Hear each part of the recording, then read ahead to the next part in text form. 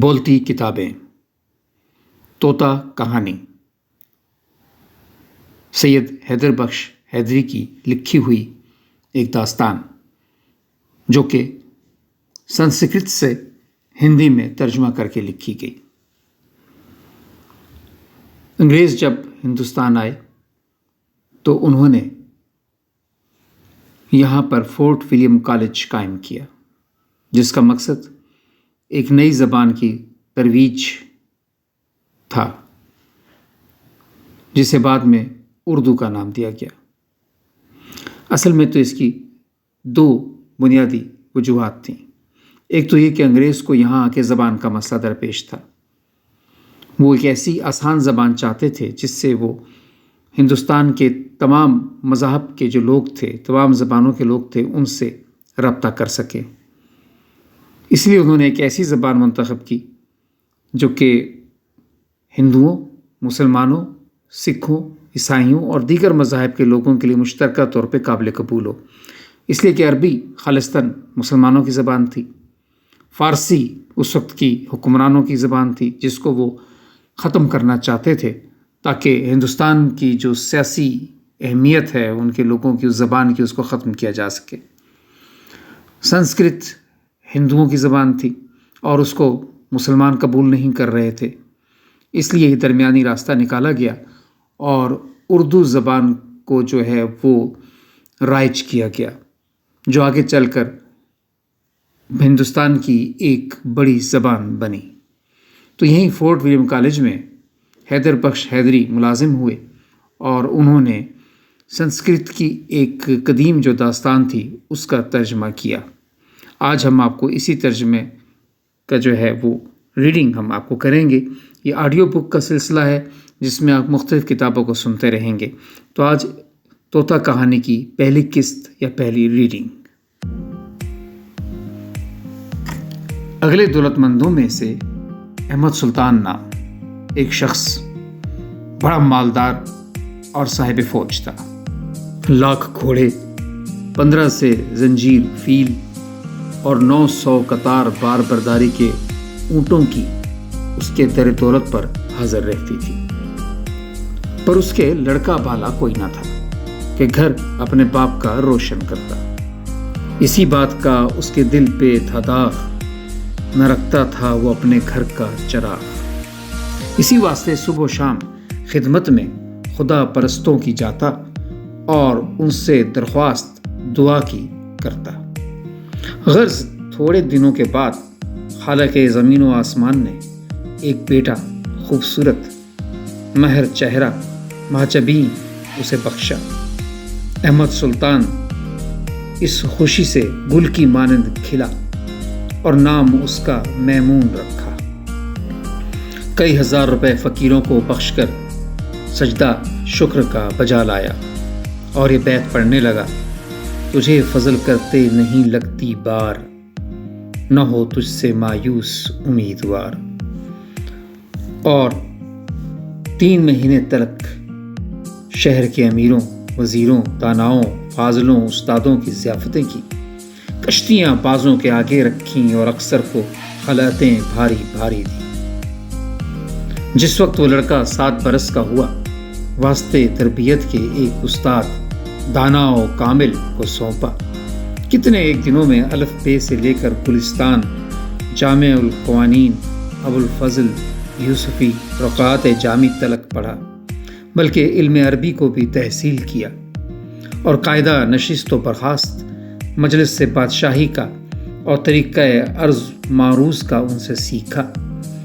سچ ہے کہ بعض فنون میں باپ پر بھی سبقت لے گیا۔ جب باپ نے دیکھا کہ ایک جوان ہوا، تب ایک عورت صاحب جمال، گل اندام، خجستہ نام کے ساتھ بیاہ کر دیا۔ دونوں آپس میں عیش و عشرت کرنے لگے اور کسی وقت جدا نہ ہوتے تھے۔ اتفاقاً میمون ایک دن پالکی پر سوار ہو کر بازار میں سیر کو گیا اور دیکھا کہ ایک شخص اس بازار میں ایک پنجرا طوطے کا ہاتھ میں لیے کھڑا ہے۔ اس نے طوطے بیچنے والے سے پوچھا کہ اے شخص، اس طوطے کا کیا مول ہے؟ کہہ۔ اس نے جواب دیا کہ خداوند اس کو 1000 ہن سے کم نہ دوں گا۔ میمون نے کہا کہ خیر، معلوم ہوا جو اس ایک مشت پر کو 1000 ہن دے کر لے اس کے برابر دوسرا بے وقوف نہ ہوگا، کیونکہ یہ ایک نوالا بلی کا ہے۔ جب طوطے والا جواب نہ دے سکا اور طوطے نے جانا کہ اگر یہ دولت مند عمدہ مجھے خرید نہ کرے، موجب قباحت اور بدنامی کا ہے، کیونکہ صحبت بزرگوں کی اور داناؤں کی سبب زیادتی عقل کا ہے، اور اس سے میں محروم رہتا ہوں۔ تب جواب دیا، اے جوان خوشرو، اگرچہ میں تیری آنکھوں میں حقیر اور ضعیف ہوں، لیکن یہ سبب دانائی اور عقل کے عرش پر مارتا ہوں، اور ہر ایک اہل سخن میری خوشگوئی اور شیریں زبانی سے حیران ہے۔ بہتر یہی ہے کہ مجھے مول لے، اس واسطے کہ ادنا ہنر میرا یہ ہے کہ میں حقیقت ماضی اور استقبال کی حال میں کہہ سکتا ہوں اور کل کی بات آج بتا سکتا ہوں۔ اگر حکم ہو تو ایک بات فائدے کی ہے، عرض کروں؟ تب اس نے کہا کہ کیا کہتا ہے، کہہ۔ طوطے نے کہا کہ بعد کئی دن کے ایک قافلہ سوداگروں کا اس شہر میں سنبل خریدنے آوے گا۔ تم ابھی سے تمام شہر کے دکانداروں سے سنبل خرید کر اپنے پاس رکھو۔ جس گھڑی وہ کاروان یہاں آوے گا اور سوائے اس دولت خانے کے اور کسی کے گھر سنبل کا نام بھی اس شہر میں نہ پاوے گا، لاچار ہو کر حضور ہی میں آ کر درخواست کرے گا، پھر اپنی خاطر خواہ بیچیے گا، اس میں فائدہ بہت ہوگا۔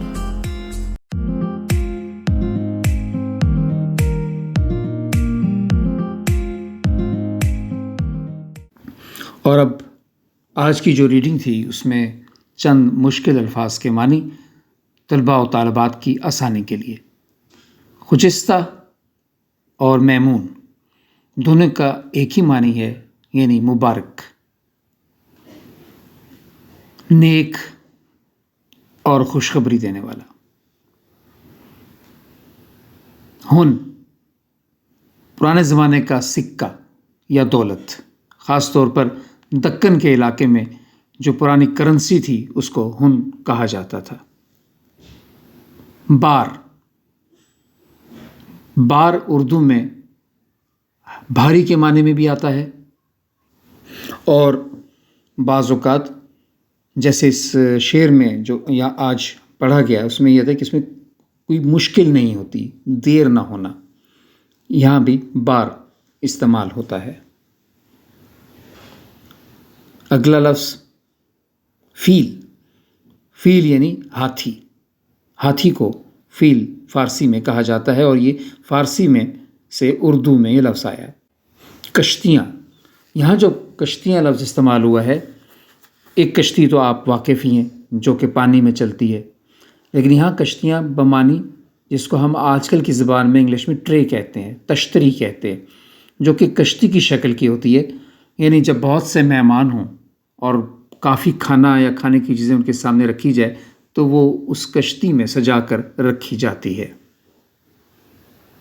سنبل ایشیا میں پائے جانے والا ایک درخت ہے، اور اس کا پھل یا پھول اس کو سنبل کہا جاتا ہے۔ یہ سرخ رنگ کا ہوتا ہے، اور اس کی تصویر میں آپ کو دکھا رہا ہوں۔ مول درخت کی جڑ کو بھی کہا جاتا ہے، اور آم کے پودے پہ جو بور لگتا ہے یا پھول ہے اس کو بھی کہتے ہیں، اور کسی شے کی قیمت کو بھی مول کہا جاتا ہے۔ طوطا کہانی کی پہلی ریڈنگ آپ نے سنی، بہت جلد آپ کے لیے اس کی دوسری ریڈنگ بھی پیش کی جائے گی۔